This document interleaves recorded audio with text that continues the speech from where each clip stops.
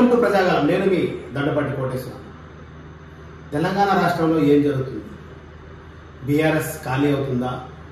BRS అంటే TRS ఉంటుందా లేదా అన్నది సన్న సంక్షోభంలో ఈరోజు ఉంది అని చెప్పుకోవాలి. ఎందుకు అంత ఖచ్చితంగా చెప్పగలుగుతున్నాం అంటే, డిసెంబర్ ఎలక్షన్స్ రిజల్ట్ వచ్చిన వరకు తెలంగాణ భవన్లో జనాలు ఫుల్గా ఉండి మాకు ఎంపీ టికెట్లు రావాలి, లేకపోతే ఇంకోటి అని చెప్పుకునే పరిస్థితి ఉండేది.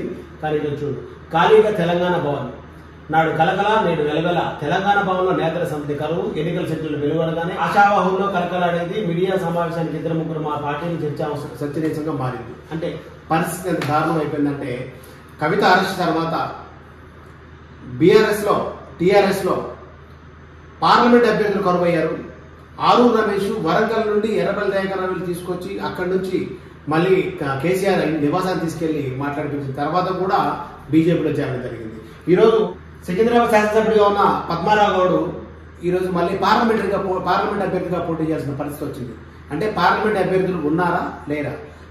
ఒకప్పుడు మాకు కావాలని సీట్లు కొట్లాడుకునే వాళ్ళు ఈరోజు పోటీ చేస్తే ఏమవుతామో వారి పరిస్థితుల్లో మనం గెలుస్తామా లేదా, లేకపోతే ఒకవేళ గెలిచినాక అంటే గద్వాల విజయలక్ష్మి ఈరోజు మేయర్, తను ఈరోజు కాంగ్రెస్లో చేరబోతుంది అనే ఒక ప్రకటన వస్తుంది.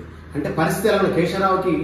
కేశవరావు గారికి ఎన్నో అవకాశాలు కల్పించిన తెలంగాణ రాష్ట్ర ప్రభుత్వం, తెలంగాణ రాష్ట్ర పార్టీ ఈరోజు కేశవరావు బిడ్డ ఈరోజు కాంగ్రెస్లోకి వెళ్ళిపోతుంది. అంటే ఎన్ని పరిణామాలు జరుగుతున్నాయి. రేపు తెలంగాణ భవన్ ఉంటుందా ఉండదా?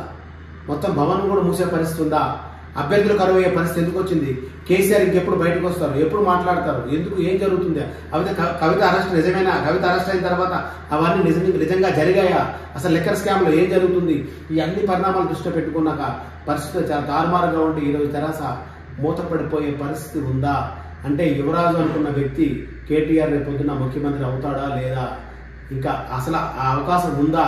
తెరాస బతికి ఉంటుందా లేదా అనే పరిస్థితి జనాల్లో కాదు, రాజకీయ నాయకులు కార్యకర్తల్లోకి వెళ్ళే పరిస్థితి వచ్చింది. దానికి కారణాలు పొద్దున మన పార్లమెంట్ ఎలక్షన్ జరిగినాక ఎంతమంది ఉంటారు, ఎంతమంది ఊడుతారు, ఎంతమంది మళ్ళీ ఆ పార్టీలో కాంగ్రెస్లో బీజేపీలోకి వెళ్తున్నారు, ఆ తర్వాత పరిస్థితి ఏంటి అనేది కేసీఆర్ ఒకసారి ఆత్మపరిశీలన చేసుకొని పార్టీని నిలబెట్టుకోవాలనుకుంటే, పార్టీని ముందుకు తీసుకెళ్లాలనుకుంటే బయటకు వచ్చి తను మాట్లాడకపోతే రేపొద్దున పరిస్థితి ఇంకెవరు ఉండే పరిస్థితి లేదా? అసలు కేటీఆర్ ఏమయ్యారు?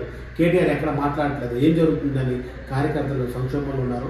ఒకసారి పార్టీని బతికించాలనుకుంటే ఏం చేయాలని పునఃపరిశీలన చేయకపోతే తెరాస అనే అంటే తెలంగాణ రాష్ట్రం సాధించుకున్న తెరాస భవిష్యత్తులో ఆ పార్టీ ఉంటుందా లేదా అనే పరిస్థితి రాకుండా చూస్తారని ఆ పార్టీ కార్యకర్తలు కోరుకుంటున్నారు. నేను మీ దండపాటి కోటేశ్వరరావు.